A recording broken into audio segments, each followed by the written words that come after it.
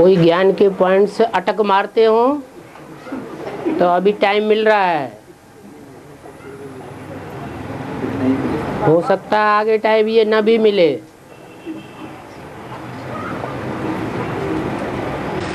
बाबा, हाँ जी। थाईलैंड जो कंट्री है और बैंकॉक जो सिटी है, तो बैंकॉक में जो एयरपोर्ट बना है इसका नाम है सुवर्ण भूमि।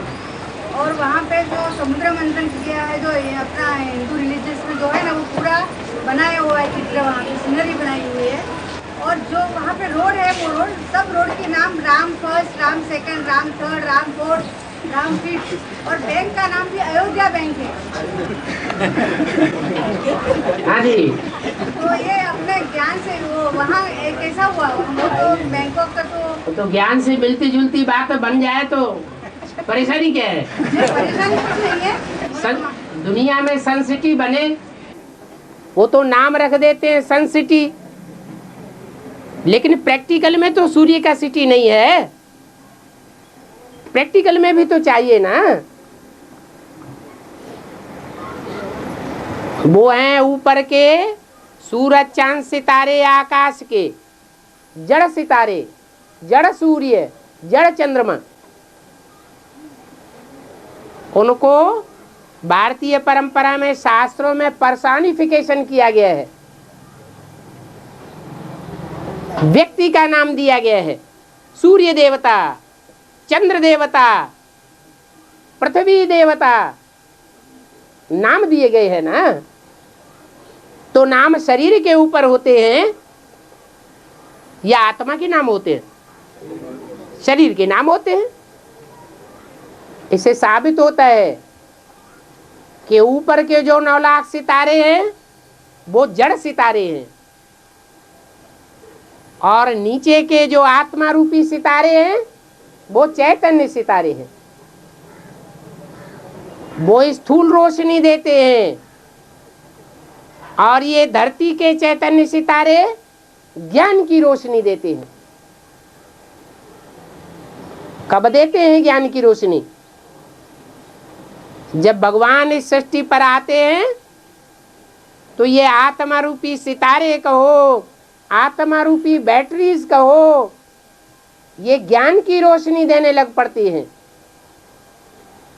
जब विनाश होगा तो सारी दुनिया में ये 9 लाख सितारे ज्ञान की रोशनी फेंकेंगे।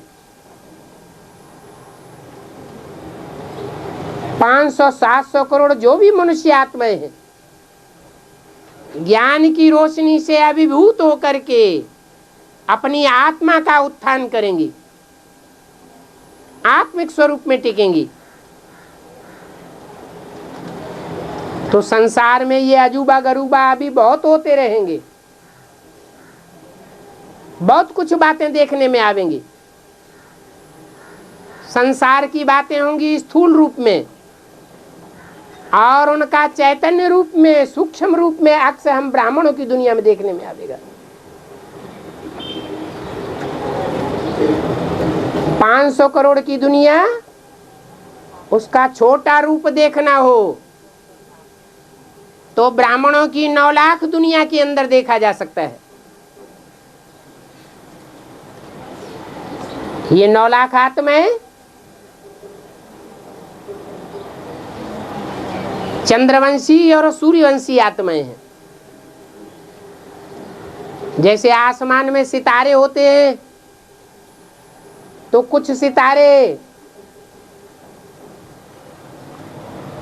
राकेश अर्थात चंद्रमा के रहबरी में चमक मारते हैं,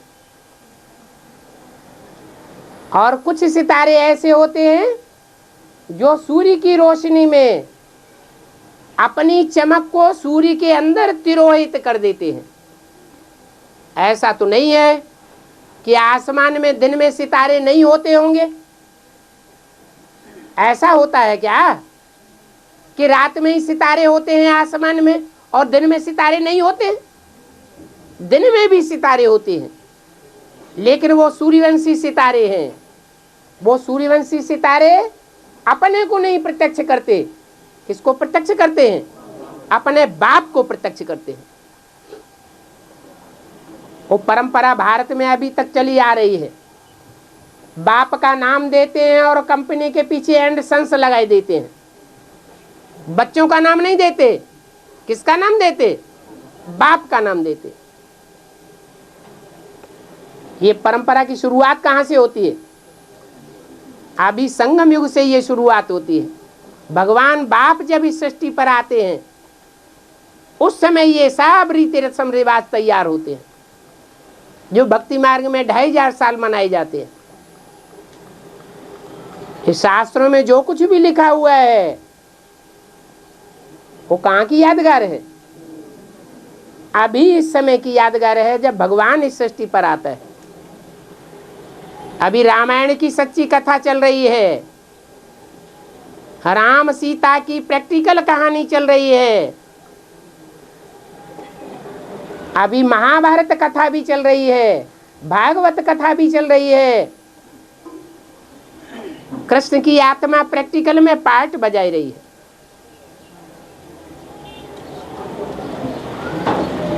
ज्ञान की दृष्टि से ही उनको पहचाना जा सकता है।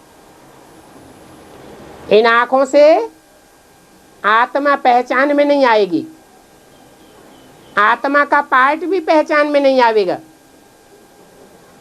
परमात्मा बाप भी इन आंखों से नहीं देखा जा सकता, ज्ञान की दृष्टि से देखा जा सकता, तीसरे नेत्र से। इसलिए वो त्रिनेत्री बाप कहा जाता है, जिसमें शिव प्रवेश करता है वो शिव नेत्र है। हमको हमारी पहचान देने आया हुआ है। तुम कौन से सितारे हो? सूर्यवंशी सितारे हो या चंद्रवंशी सितारे हो या इस्लामी, बौद्धी, क्रिश्चियन इन धर्मों में कन्वर्ट होने वाले सितारे हो? क्योंकि भारतवासी ही दूसरे दूसरे धर्मों में कन्वर्ट होते रहे हैं। अगर दूसरों से प्रभावित होने वाले हो तो बाप की बात पर उतना विश्वास नहीं बैठेगा। ज्ञान सूर्य बाप बुद्धि में उतना प्रत्यक्ष नहीं होगा। अगर असल बाप की असल औलाद हो तो बाप की बातें ही अच्छी लगेंगी, दुनिया में किसी की भी बात अच्छी नहीं लगेगी। तो अभी ऐसे अजूबे गरूबे बहुत निकलने वाले हैं जिनसे ये ज्ञान साबित हो जाएगा। पहले भी निकले हुए हैं। मुसलमानों में अभी भी राम अल्लाह की यादगार चल रही है।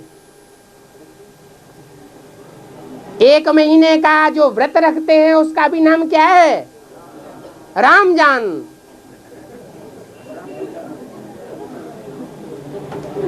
राम को जानो। और टेलीविजन से दृष्टि लेना क्या भक्ति मार्ग की निशानी नहीं है? बाबा ने ये बोला है, माउंट आबू में जो मुरली चलाई गई उसमें बोला है कि जो कागज से मुरली पढ़ते हैं, सुनते हैं और बुद्धि में वो चेहरा याद आता है कि ये मुरली किसने सुनाई, पढ़ने और सुनने से याद आता है ना, तो वो है 3rd क्लास। और टैप रिकॉर्डर में वही मुरली सुनते हैं वो है 2nd क्लास। क्यों? नहीं नहीं नहीं, टैप रिकॉर्ड ज्यों का त्यों सुनाता है। कागज में जो पढ़ेंगे और पढ़ करके सुनाएंगे, शॉर्ट हैंड करने वाले ने कुछ गलतियां की होंगी, फिर साइक्लो स्टाइल करने वाले ने कुछ गलतियां की होंगी, और जो सुनाने वाला है वो भी अपने वाइब्रेशन, अपनी दृष्टि के अनुसार उसको सुनाएगा। प्रिंट करने वाले भी गलती कर सकते हैं। प्रूफ रीडिंग करने वाले भी गलती कर सकते हैं, इसलिए वो थर्ड क्लास है। वही वाणी अगर टैप रिकॉर्ड में सुनेंगे तो टैप रिकॉर्ड तो ज्यों का त्यों हूबहू वही वर्षन सुनाएगा जो माउंट आबू में ब्रह्मा के मुख से बोले गए हैं, इसलिए सेकंड क्लास है। और टैप रिकॉर्ड में जो वाणी है वही वाणी अगर टेलीविजन में देखने को मिल जाए और पक्का ये निश्चय बुद्धि में बैठा हुआ हो ये वाणी चलाने वाला परमपिता परमात्मा शिव है, दूसरा कोई नहीं हो सकता, तो वो गुड सेकंड क्लास है। क्यों? क्योंकि टैप रिकॉर्ड में हाव भाव देखने को नहीं मिलेंगे और टेलीविजन में हाव भाव देखने को मिलेंगे। टैप रिकॉर्ड में दृष्टि नहीं मिलेगी कि फोर्सफुल दृष्टि है या कमजोर दृष्टि है या हल्की दृष्टि है, सुखमयी दृष्टि है, आनंदमयी दृष्टि है या क्रोधमयी दृष्टि है। लेकिन टेलीविजन में अनुभव में आवेगा, गुड सेकंड क्लास। लेकिन फर्स्ट क्लास नहीं। फर्स्ट क्लास वो है कि जब बुद्धि में ये बैठ जाए कि अमुक मुकर्रर रथधारी यही परमात्मा बाप का पार्ट है, यही राम वाली आत्मा है और कोई दूसरी राम वाली आत्मा नहीं हो सकती। यही राम वाली आत्मा अभी कलयुग के अंत में आकर के देव देव महादेव शंकर का पार्ट बजाती है और इसमें चंद्रमा के रूप में चंद्रवंश को उत्पन्न करने वाली कृष्ण की सोल विराजमान है। तो ये बात बुद्धि में बैठने से पक्का हो जाएगा कि यही शिव नेत्रधारी परमपिता परमात्मा शिव है जिसकी हम डायरेक्ट वाणी सुनते हैं। तो उस डायरेक्ट वाणी का प्रभाव फर्स्ट क्लास होगा। जो सन्मुख मुरली सुनने वाले हैं उनके लिए बोला है कि मेरे मुख से 2 वाक्य भी सुने तो वो स्वर्ग में क्यों नहीं आवेगा। मेरे मुख से सन्मुख आकर के, गीता में भी रामायण में भी ये बातें बोली हैं। सन्मुख होय जीव मोहि जबहि जन्म कोटि अघ नासै तबहि। जीवात्मा जब मेरे सन्मुख हो जाती है तो उसके अनेक जन्मों के पाप भस्म हो जाते हैं। सन्मुख होने मात्र से ही भस्म हो जाते हैं। और पुरुषार्थ करेगी तब तो जरूर राजाओं का राजा बनेगी। भगवान आकर के राजयोग सिखाते हैं तो और क्या चाहिए। राजयोग का नाम बहुत बाला है, राजयोग से ही राजाएं बने हैं, नहीं तो जन्म जन्मांतर इन राजाओं को राजाई करना किसने सिखाया। डॉक्टरों को डॉक्टरी करना सिखाया जाता है कॉलेज में, इंजीनियर्स को इंजीनियरिंग पढ़ाई जाती है कॉलेज में। इन राजाओं को राजाई करना किसने सिखाया, कब सिखाया। ये कंट्रोलिंग पावर किसने भरी, किसी ने तो भरी होगी। सब क्यों नहीं राजाएं बन जाते।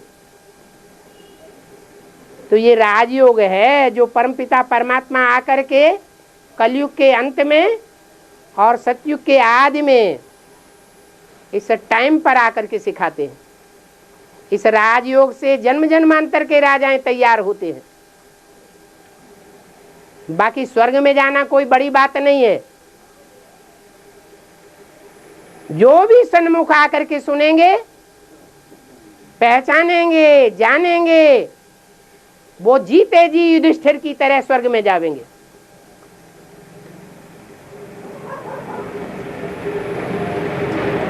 और आपने बताया बाबा के समूह का है सब पाप भस्म हो जाते हैं, तो फिर फोटो में लिखने की क्या जरूरत है? सन्मुख दो प्रकार का होता है। एक होता है सम्मुख के सन्मुख आकर के बैठ गया,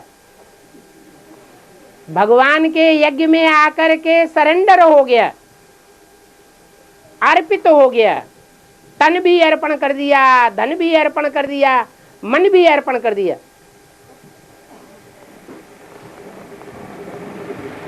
लेकिन जब परीक्षा होती है तो पता चलता है न तन पूरा अर्पण किया है, कुछ कुछ एफडी बचा के रख लिए हैं, न तन पूरा अर्पण किया है, तन किसी को पहले ही दे रखा है, उसकी अंदर अंदर याद आती रहती है। बाहर से दुनिया को दिखाने के लिए ये दिखाते हैं कि हमने भगवान के यज्ञ में सारा तन अर्पण कर दिया है। बाप कहते हैं अगर कुछ ऐसा हुआ है, कोई गलती हुई है, तो पोता में लिख करके देंगे सच्चाई से, दिल से, तो आधा माफ हो जाएगा, आधा याद के बल से खत्म हो जाएगा। तो सन्मुख के दो अर्थ हैं। एक होता है अंदर से कोई विरोधी संकल्प न चले, सत्यमुख होकर के रहे। जो बाप की भाषा सो बच्चे की भाषा, जो बाप का संकल्प सो बच्चे का संकल्प, तो उसको कहेंगे सन्मुख। और रोज सामने आकर के बैठ जाए और बहुत सेवा करता रहे और मन में राम बगल में छुरी, तो उसको सन्मुख कहेंगे, विमुख कहेंगे। वो तो विमुख हो गया। इसलिए ये हिसाब बनाया हुआ है अपने मन के मैल को साफ करने का, कि अपने आप अपनी स्वेच्छा से जिसे भगवान समझते हो उसके सामने अपने किए हुए जन्म के पापों को लिख करके रख दो। वो कचरा आपस में एक दूसरे के सामने फैलाने की जरूरत नहीं। कचरा अगर फैलाया जाता है तो बदबू बढ़ेगी या खुशबू बढ़ेगी? बदबू बढ़ती जाएगी। इसलिए वो कागज में लिखो और बाप के सामने रख दो। ऐसे नहीं कि सान में आके बैठ गए तो सन्मुख हो गए।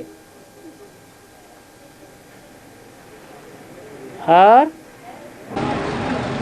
बताया कि शिव की गीता से 1 सेकंड, ब्रह्मा से विष्णु, कृष्ण की गीता से 2500 साल मुक्ति दुनिया, आसुरी दुनिया होती है।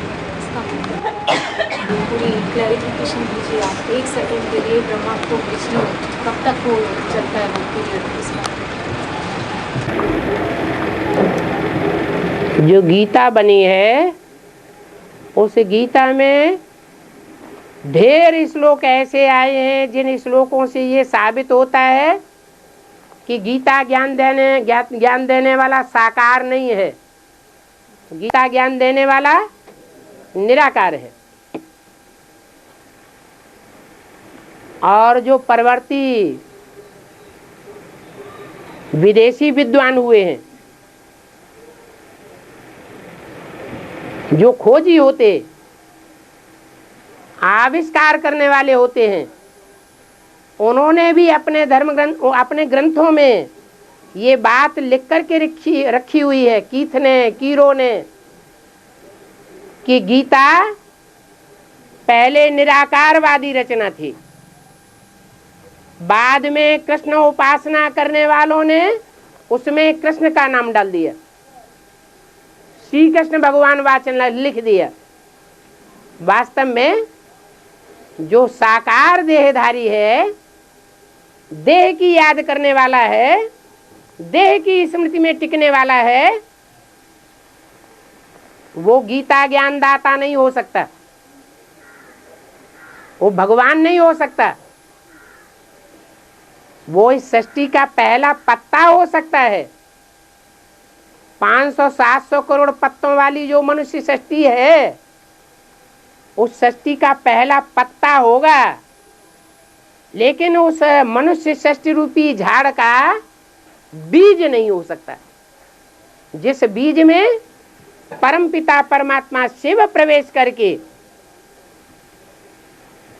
गीता के रोम रोम को जानने वाला प्रत्यक्ष हो जाता है। और वो कहा जाता है गीता पति भगवान। पति होता है, वो पत्नी के रोम रोम को जानता है या नहीं है, या बच्चा जानता है? पति ही जानता है।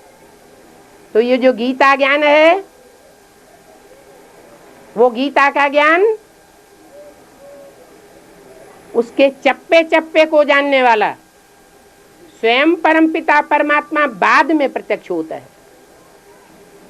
यज्ञ के आदि में उसने सिर्फ गीता ज्ञान का बीज डाला। अहम बीज प्रदपिता, जो गीता में कहा गया है, मैं ज्ञान का बीज बोने वाला पिता हूं। तो आज से 70 साल पहले परमपिता परमात्मा शिव ने राम वाले व्यक्तित्व के द्वारा अंतिम जन्म में ज्ञान का बीज बोया था। उस बीज को धारण करने वाली 2 माताएं थी।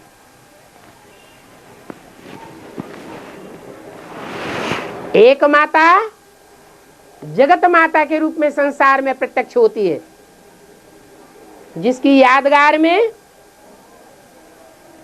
आज भी मिस वर्ल्ड के टाइटल दिए जाते हैं। और दूसरी माता वो थी जो भारत माता के रूप में संसार में प्रत्यक्ष होगी, जिसकी यादगार में मिस इंडिया का टाइटल दिया जाता है। मुरली में भी बोला हुआ है, मिस इंडिया है तो विदेशों में क्यों चक्कर काटती है? भारत की सेवा करना चाहिए। इसका मतलब है कि पहले से ही इशारा दे दिया कि भारत माता के रूप में संसार में प्रत्यक्ष होने वाली शक्ति विदेश में है।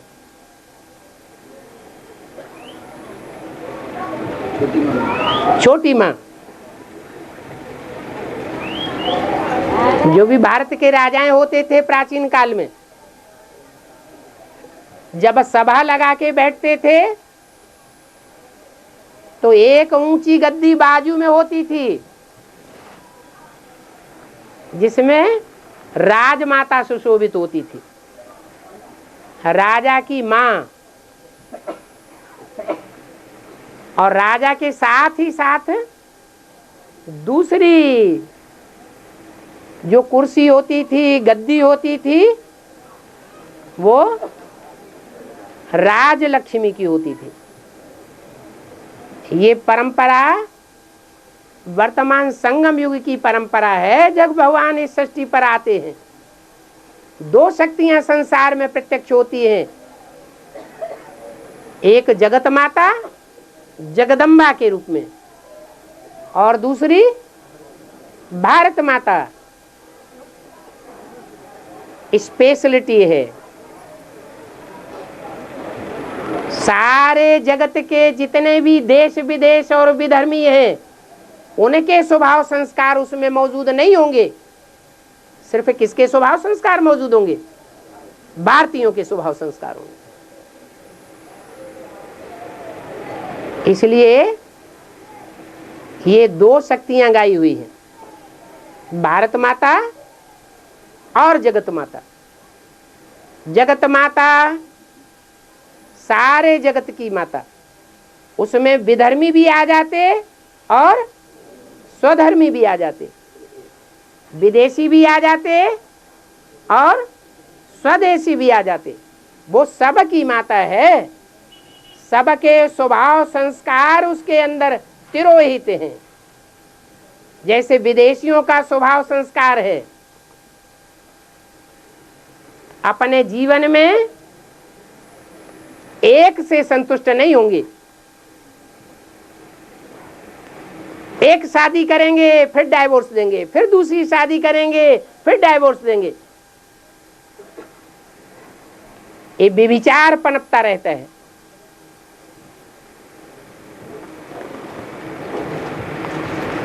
भारतवासियों की ये परंपरा नहीं रही है। ये बात दूसरी है, अभी आखिरी जन्म में आकर के भारतवासी विदेशियों से प्रभावित हो गए हैं। तो विदेशियों से प्रभावित होने के कारण संविधान में ऐसा कायदा कानून बना दिया कि डाइवोर्स की प्रथा पक्की साबित कर दी।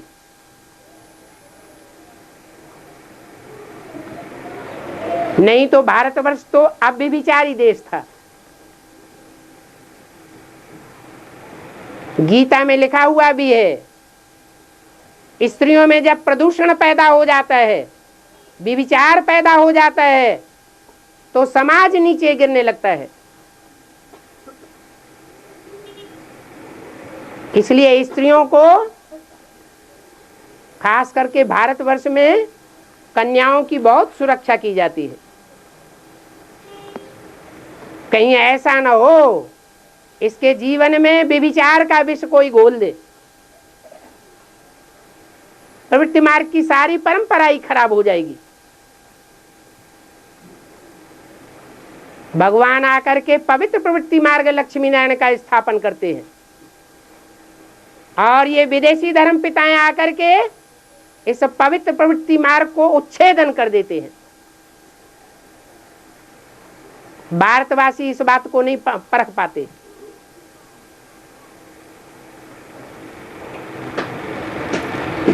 तो एक है जगत माता और दूसरी है भारत माता। जगत माता में स्वदेशी संस्कार भी भरे हुए हैं, जो बाप के द्वारा भरे जाते हैं, और फिर विदेशियों के भी संस्कार भरे हुए हैं, जो विदेशियों के द्वारा भरे जाते हैं। चाहे स्वदेशी हो चाहे विदेशी हो, वो सबकी माता है। उसको जगदम्बा कहो, जगत की अम्बा, अथवा ब्रह्मा कहो। ब्रह्म माने बड़ी, माँ माने माँ, सारी सृष्टि की बड़े ते बड़ी माँ। ज्ञान चंद्रमा ब्रह्मा स्वयं उसमें प्रवेश करता है। इसलिए महाकाली के मस्तक पर चंद्रमा दिखाया जाता है, लेकिन संपूर्ण चंद्रमा नहीं, अधूरा चंद्रमा।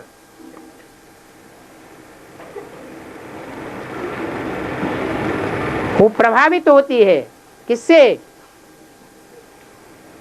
चंद्रमा से। यज्ञ के आदि में भी ज्ञान सूर्य अलग हो गया और ज्ञान चंद्रमा ब्रह्मा का सहयोगी बन गया। साथ ही साथ और जितने भी धर्म की आत्माएं यज्ञ में इकट्ठी हुई थी, चुनिंदा चुनिंदा सारी सृष्टि की श्रेष्ठ आत्माएं, वो सब ब्रह्मा की रहबरी में पलने लगी और उस यज्ञ माता के प्रभाव से प्रभावित हो गई। आदि में भी प्रभावित हुई थी और आदि सो अंत में भी प्रभावित हो जाएंगी। आदि में जो प्रभावित हुई वो जड़ों के रूप में है, आधार मूर्त हैं, और अंत में जो प्रभावित हो जाएंगी वो जड़ों के बीज हैं और धर्मों के बीज। मूल बीज से विपरीत आचरण करने वाले हैं, टक्कर लेने वाले हैं। इसलिए बताया कि सेवा मूल रूप में जिसमें प्रवेश करता है पहली बार, वो ही गीता का भगवान है। और नंबर 2 में जिसमें प्रवेश करता है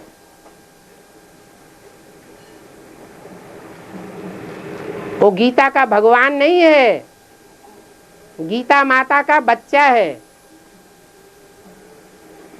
माताएं जब बच्ची के रूप में होती हैं तो बाप के अधीन होकर के रहती है। वो बच्ची बड़ी हो जाती है, शादी हो जाती है तो पति के अधीन होकर रहती है। पति खुदान खास्ता शरीर छोड़ दे तो स्वाधीन होकर नहीं रहती, क्या करती है? बच्चों के अधीन होकर रहती है। आज घर घर में ये स्थिति देखी जा सकती है कि माताओं का जो सम्मान होना चाहिए वो नहीं होता। सारी भागडोर बच्चों के हाथ में आ जाती है। मां पराधीन होकर के रह जाती। हिस्ट्री में देखा जाए, अभी तो भगवान बाप जब से आया हुआ है तब से माताओं को मर्तबा मिलना शुरू हुआ है। पहले माताओं को परिवार की संपत्ति में, परिवार के वर्षे में कोई हिस्सा नहीं दिया जाता था, और अभी बच्चों के साथ साथ कानूनी तौर पर माताओं को भी हिस्सा दिया जाता है। ये किसका प्रभाव है? ये आए हुए परमपिता परमात्मा शिव का प्रभाव है। वो माताओं का मर्तबा बढ़ाने के लिए आता है। सारी दुनिया माताओं का मर्तबा गिराती है और बाप बढ़ाता है। तो माताओं की माता कौन है? जगदम्बा। उसका मर्तबा तो कितना नीचे गिराया होगा। कहते हैं सीता माता को रावण ले गया, अपनी मुट्ठी में, अपने कंट्रोल में जाकर के रखा। ये कहां की यादगार होगी? यहां की यादगार है। भगवान बाप के जो बच्चे बनने वाले हैं वही मां को अपनी मुट्ठी में लेकर के अपने कंट्रोल में चलाते हैं। और माता ये गलती कर बैठती है क्या? कि गीता का भगवान कृष्ण है, गीता का भगवान शिव को भूल बैठी। ब्रह्मा भी भूल बैठा। यज्ञ के आदि की हिस्ट्री देखी जाए, मुरलियों को देखा जाए, मुरलियों में स्पष्ट लिखा हुआ है। क्या लिखा है?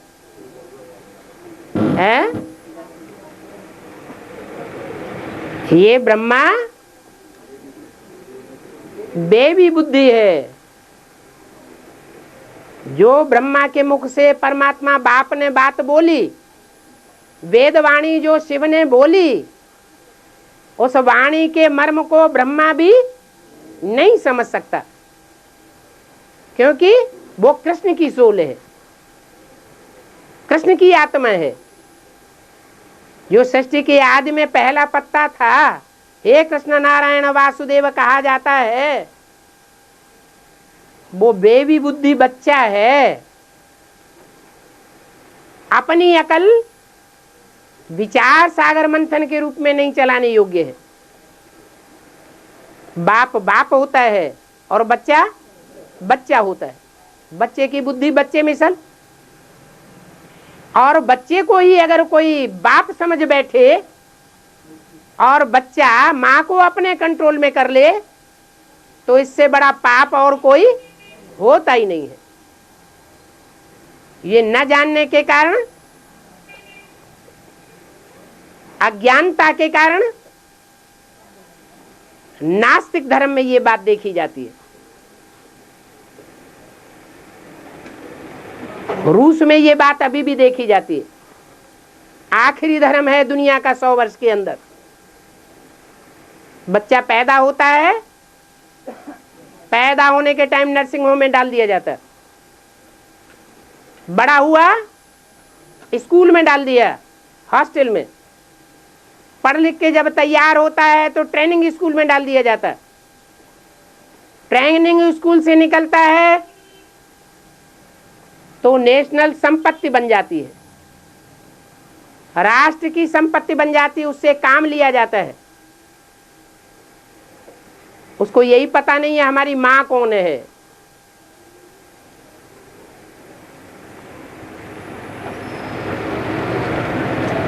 तो जब जैसे जानवरों की सृष्टि होती है, जानवरों को पता नहीं होता है, बंदरों को पता होता है क्या ये हमारी माँ है, ये हमारी बहन है।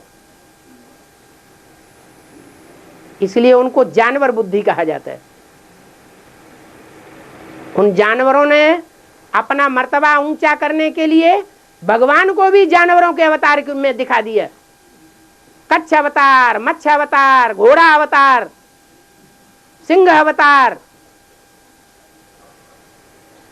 वास्तव में भगवान तो इस सृष्टि पर आएगा तो मनुष्यों को सुधारेगा या जानवरों में प्रवेश करके जानवरों को सुधारेगा? मनुष्य सब प्राणियों में प्रधान है। मनुष्य के अंदर मन है, बुद्धि की प्रधानता है। मनुष्य वाइब्रेशन को कंट्रोल कर सकता है। मनुष्य सुधरता है तो सारी सृष्टि सुधर जाती है वाइब्रेशन से, और मनुष्य बिगड़ता है तो सारी सृष्टि बिगड़ जाती है। मिसाल के तौर पर जंगल में रहने वाले जानवर इतने बीमार नहीं होते, और मनुष्य के वातावरण के अंदर पलने वाले जानवर हॉस्पिटलों में जाकर के चक्कर काट रहे हैं। ये किसका प्रभाव हुआ? मनुष्य के वायुमंडल का प्रभाव जानवरों के ऊपर पड़ता है। इसलिए भगवान आएगा तो जानवरों को सुधारेगा या मनुष्यों को सुधारेगा? जानवर ज्ञान सुनेंगे या मनुष्य ज्ञान सुनेगा? तो ये सारी सृष्टि में जो और धर्म बाद में फैले हैं, द्वैतवादी युग से, द्वापर युग से, वो सब जानवरियत फैलाने वाले हैं, जबरियन दूसरों को कन्वर्ट करने वाले हैं। भगवान आकर के कोई प्रकार की जोर जबरदस्ती नहीं करता, ज्ञान सुनाता है। बुद्धि में बात सच्ची लगे तो स्वीकार करना है, सच्ची न लगे तो स्वीकार नहीं करना है। दूसरों के धक्का देने पर भी स्वीकार नहीं करना। इसलिए स्पष्ट बता दिया, पुष्करणी ब्राह्मण नहीं बनना है। पुष्प माने धक्का देकर चलाने वाला, सारस्वत ब्राह्मण बनना है, सरस्वती पुत्र बनना है। ज्ञान को बुद्धि में बैठाना, और जब निश्चय हो जाए ये ईश्वरीय ज्ञान है तो उसके आधार पर चलना। मुसलमानों की तरह नहीं, तलवार उठाई बोल हिंदू बनेगा कि नहीं, जनेऊ उतार, नहीं उतारा तो तलवार के घाट उतार दिया। ऐसा कोई धर्म होता है? ये कोई धर्म की धारणा है? अरे धर्म तो वो है जो स्वेच्छा से अपनाया जाए, कोई प्रकार का दबाव नहीं। तो जानवर जो होते हैं वो सींग चलाते हैं, जोर जबरदस्ती करते हैं, और जो मनुष्य अवतार हैं वो दो ही दिखाए गए हैं, राम और कृष्ण। जो मनुष्य अवतार हैं वो धरणी का आधार लेते हैं। धरणी माने कन्याएं, माताएं। और जो जानवरियत के अवतार हैं वो ज्ञान का आधार लेते हैं, जल का आधार। कच्छ, मत्स्य, हैग्रीव, सुअर, ये जल में दिखाई जाते हैं। माने उनको ज्ञान का अहंकार हो जाता है कि हमने ये ज्ञान दिया, हमने ये जनरेशन रची, हम बड़ी जनरेशन वाले हैं, ये छोटी जनरेशन वाले हैं। दुनिया में ज्यादा संख्या कौन से धर्म वालों की होती है? इस्लामी और क्रिश्चियंस की। तो क्या समझते हैं हमारा धर्मपिता वास्तव में भगवान है। इससे बड़ा कोई धर्मपिता दुनिया में होता ही नहीं। लेकिन नहीं, शेरों की जमात में शेर थोड़े होते हैं या ढेर के ढेर होते हैं? शेर थोड़े होते हैं। तो ये भगवान आता है तो शेरों की जमात बनाता है। इसलिए भारत का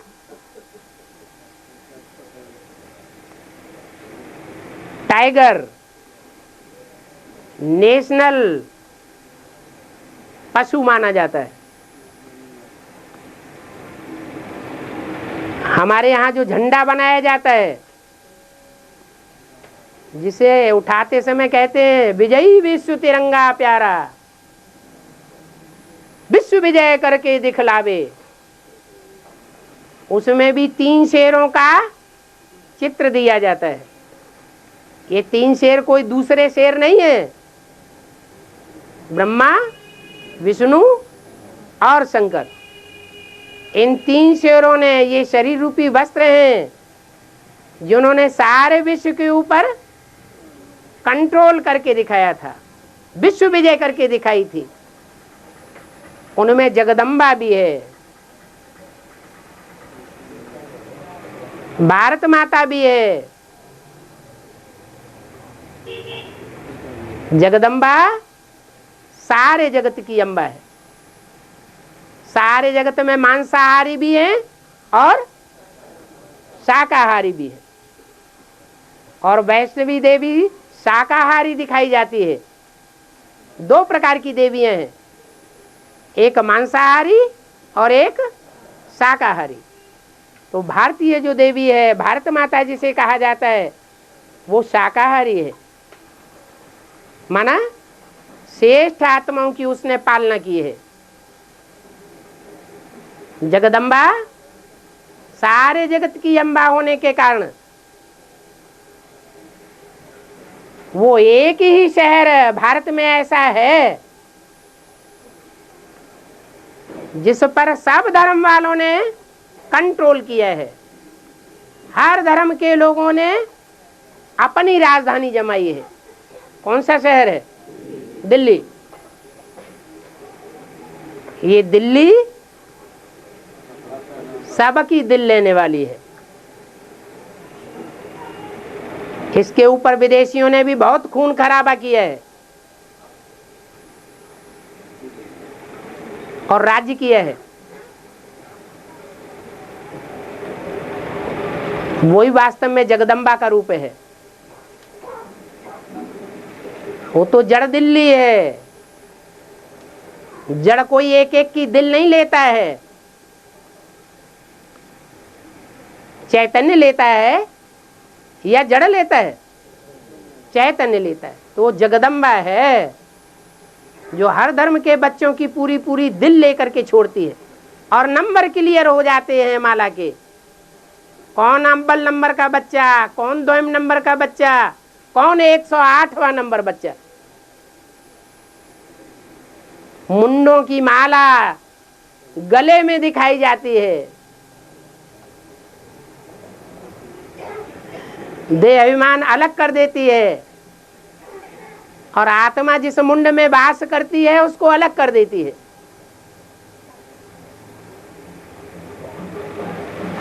खास करके 84 घंटों की देवी कही जाती है। कितने घंटों की? 84 जम घंट। ये कौन है? ये वही 84 जम घंट हैं जिन्होंने यज्ञ के आदि में ब्रह्मा का आधार लिया था, उस माता का आधार लिया था जो जगदम्बा कही जाती थी। सारे यज्ञ को कंट्रोल करती थी। उसके जाने के बाद फिर ब्रह्मा ने यज्ञ को कंट्रोल किया।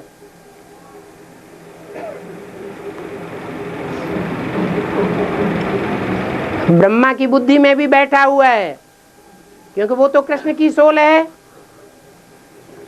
2500 साल से जब से पूजा का सिस्टम चल रहा है, तब से वो सोल देखती चली आई जन्म जन्मांतर कि गीता का भगवान किसको माना जाता रहा है?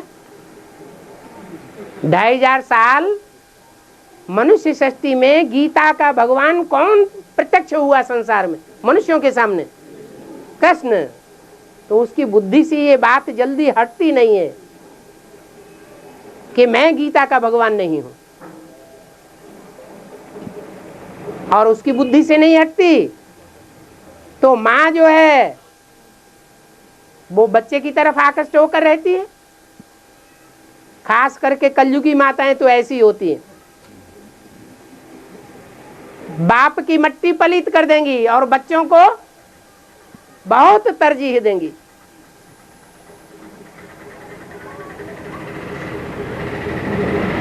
ये परंपरा कहां से पड़ती है? वर्तमान ब्राह्मणों की संगमयुगी दुनिया में जो शूटिंग हो रही है वहां से ये परंपरा पड़ती है। तो एक है कृष्ण की गीता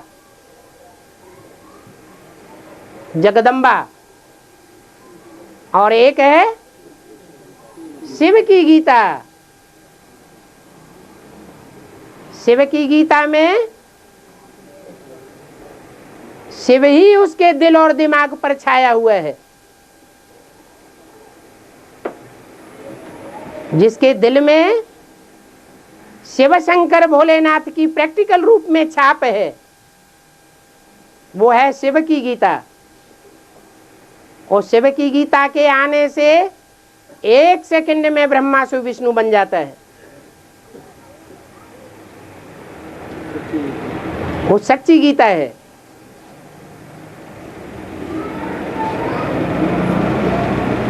और कृष्ण की गीता से क्या होता है? 2500 साल में स्वर्ग से नरक बन जाता है। और हाँ जी, जब ये समुद्र मंथन हुआ बाबा, तभी सुमेरु पर्वत के नीचे पर्वत के लिए कछुआ था, और इसे भगवान को बोलते हैं, कछुआ भगवान है। भगवान तो जानवर का कहीं होते ही नहीं, वो कछुए को। मुसलमान लोग कहते हैं कि जब कयामत होती है तो खुदा के तख्त को 8 फरिश्तों ने उठाया। वो 8 फरिश्ते नंबरवार होते होंगे या समान रूप से गुणवान होते होंगे? नंबरवार होते हैं। बाबा ने बताया है कि सतयुग में 8 गद्दियां होती हैं। 8 गद्दियों के 8 नारायण होते हैं। नंबरवार होते होंगे या एक समान कलाओं वाले होते होंगे? नंबरवार कलाओं वाले होते हैं। और शास्त्रों में लिखा हुआ है कि भगवान कृष्ण का जब जन्म हुआ तो उससे पहले 7 कृष्ण जैसे बच्चे और पैदा हो चुके थे, लेकिन उनमें अपनी आत्मा की कमजोरी थी पूर्व जन्मों की, इसलिए वो कंस के बहकावे में आ गए। कंस ने उनको मार लिया, खत्म कर दिया। वास्तव में कृष्ण से पहले प्रत्यक्ष होने वाले 7 नारायण 7 विधर्मियों से कनेक्टेड हैं। जो ऊपर से आने वाले इब्राहिम, बुद्ध, क्राइस्ट आदि धर्म पिताएं हैं वो नंबरवार उन्हीं नारायणों में प्रवेश करते हैं द्वापर युग से। वो 7 नारायण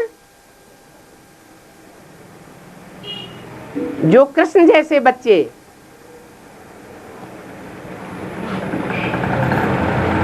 16 कला संपूर्ण सतयुग में आते हैं नंबरवार, वो 7 विधर्मियों के आधार मूर्त हैं। उनमें जो आखिरी नारायण है वो सबसे नीचे तबक्के का है या सबसे ऊपर का है? सबसे नीचे तबक्के का है।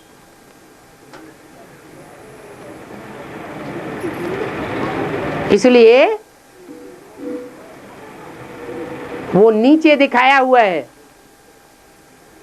कछुआ के रूप में, कच्छप अवतार, जिसे कछुए की पीठ पर सब धर्म टिके हुए हैं। अभी आखिरी जन्म में उनका राज्य होता है।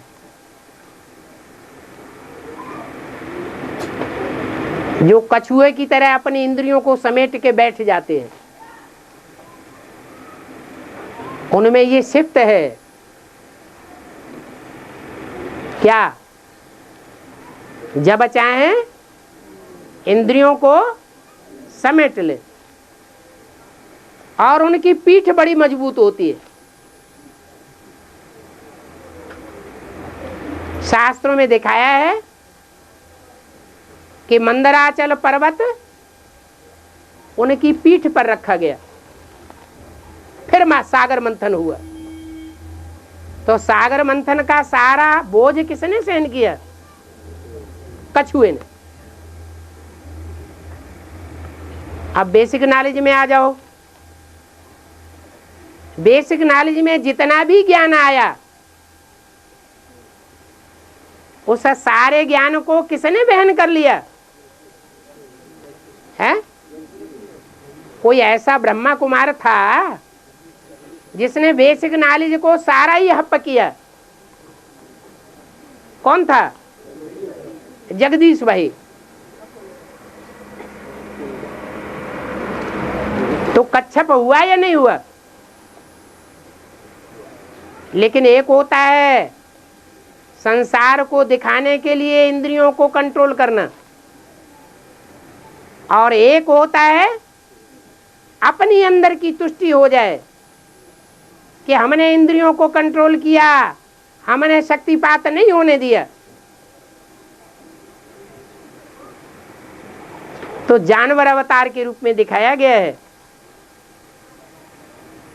ज्ञान का घमंड ज्यादा है, इसलिए ज्ञान जल का आधार लेने वाला है।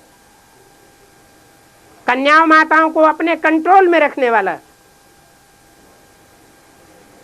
इसलिए अव्यक्त वाणी में बोला है, पांडवों को कन्याओं माताओं का गार्ड बन करके रहना है। अगर पांडव शक्तियों के गाइड बन करके रहेंगे तो यज्ञ में गड़बड़ पड़ जाएगा। वो गड़बड़ आज माउंट आबू में देखा जा सकता है, लेकिन वो कछुए का फाउंडेशन था। कछुए में ये शिफ्ट होती है, जब चाहे अपने को गुप्त कर ले। ऊपर से कितनी भी मार पड़ती रहे, उसका कुछ भी बिगड़ने वाला नहीं है। तो ऐसे ही अंदर अंदर यज्ञ में अभी भी हो रहा है। आखिरी शासन चलता है आर्य समाजियों का।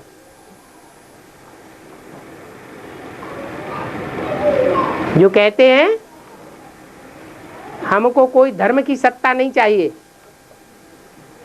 हमारा धर्मनिरपेक्ष राज्य है। कौन सा राज्य? हमें कोई धर्म की अपेक्षा नहीं है, धर्मनिरपेक्ष राज्य। बाबा ने बताया रिलीजन इज माइट, धर्म में ही ताकत होती है। जिस राजा का कोई धर्म नहीं, वो नास्तिक होता है, और उसके राज्य में कोई सत्ता काम नहीं करती है, अशक्त सत्ता होती है। आज प्रजा के ऊपर प्रजा का राज्य कोई राज्य नहीं है। राज्य तो वास्तव में भगवान ने आकर के स्थापन किया था, राजाओं का राज्य, और वो राजाओं का राज्य ही श्रेष्ठ होता है जो भगवान आकर के बनाता है। तो ये जो कच्छप है, कछुआ है, ये सिर्फ दिखावा मात्र है। इंद्रियों को कंट्रोल करने वाले अखबारों में देखने में आते हैं कि ये शासन करने वाले हैं, वास्तव में ये शासन करने वाले नहीं हैं। ये तो 5 स्टार होटल खोल करके अय्याशी करने वाले हैं, परंतु पकड़ में नहीं आ सकते। जैसे कछुआ अपनी इंद्रियों को समेट के बैठ जाता है।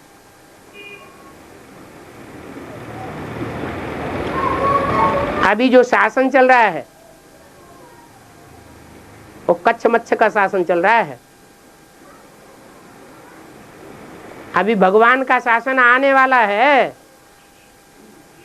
जिस शासन का गायन है, यथा राजा तथा प्रजा। शेर और बकरी एक घाट पर पानी पिएंगे।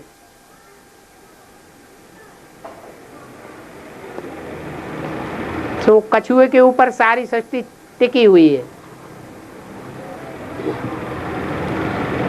दुनिया में अब कोई ऐसा देश नहीं रहा जहां उस कछुए का राज्य न हो, प्रजा के ऊपर प्रजा का राज्य न हो। एक नेपाल था जहां राजा का राज्य गाया हुआ था, अब तक भी। अब वहां भी प्रजा के ऊपर प्रजा का राज्य हो गया। तो पृथ्वी इस राज्य के ऊपर टिकी हुई है। ये क्या बात हुई? झूठे के ऊपर क्यों टिकी हुई है? क्योंकि उसमें भी ब्रह्मचर्य की मान्यता है। आर्य समाजी भी ब्रह्मचर्य को मानते थे, भले दिखावे का ब्रह्मचर्य है। आर्य समाजियों का मुखिया कौन था? महर्षि दयानंद। गृहस्थी था या सन्यासी था? हैं? क्या था? सन्यासी था। तो ब्रह्मचर्य को तो मानता था। भले आज के सन्यासियों की पवित्रता, प्योरिटी, ब्रह्मचर्य कायरों का ब्रह्मचर्य है। जो हमारी भारत की परंपरा है, जो शिव के मंदिरों में देखने में आती है। शिव के मंदिर में माँ का भी चित्र रखा हुआ है और बाप भी शिवलिंग के रूप में रखा हुआ है। दोनों साथ साथ दिखाए जाते हैं, अंग संग दिखाया गया है, लेकिन अमोघ वीर्य माना जाता है। माना अंग संग होते हुए भी उनके वीर्य का, रजवीर्य का क्षरण नहीं होता, इसलिए वो पूजे जाते हैं। देवताओं की जो प्योरिटी पूजी जाती है, वो पवित्रता पूजी जाती है। वो सच्चाई की पवित्रता आज के इस धर्म में, इस राज्य में नहीं है। पहले कभी थी, अभी भगवान बाप फिर आकर के स्थापन करने आया पवित्र प्रवृत्ति मार्ग। तो कछुआ के ऊपर ये सारी सृष्टि टिकी हुई है। और बाबा अष्टदेव को फरिश्ता के साथ जो एक मुरली में सताया, अल्लाह के जो तत्व को 8 फरिश्ता उठाते, तो वो अष्टदेव के उसके साथ बताया है कि हाँ, तो उसका क्या इसमें? उसका क्या? इसलिए जो कछुआ बताया, तो उसका क्या? अष्टदेव भी कोई होगा क्या? जो पहला देव है वो कौन है? बाप स्वयं पहला देव है, पहले देवता में प्रवेश करता है। जो पहला नर से नारायण बनने वाला है, सतयुग का आदि नारायण, उसमें शिव सुप्रीम सोल बाप प्रवेश करता है। प्रवेश करता है तो वो रथ हो गया, तख्त हो गया, अकाल तख्त हो गया। उस अकाल तख्त को जो भ्रकुटी में बैठने वाली आत्मा है, वो कौन है? Supreme soul. उसको कौन उठाता है? वो 8 फरिश्ते उठाते हैं। तो कछुआ की जो बात बताई, हाँ, तो 8वां जो नारायण की बात बताई, वही कछुआ है। तो बेसिक में जो है, हाँ, तो वो तो आधार हुआ। हाँ, बेसिक में सब धर्मों का आधार हो गया। तो बीज इसमें है ना, अष्टदेव में तो बीज होता है। बीज और जड़ दोनों आपस में मिलकर के जब कार्य करते हैं तभी कार्य संपन्न होता है। आधार माने कन्याएं माताएं, बीज अर्थात बाप, माता भी चाहिए और बीज भी चाहिए। और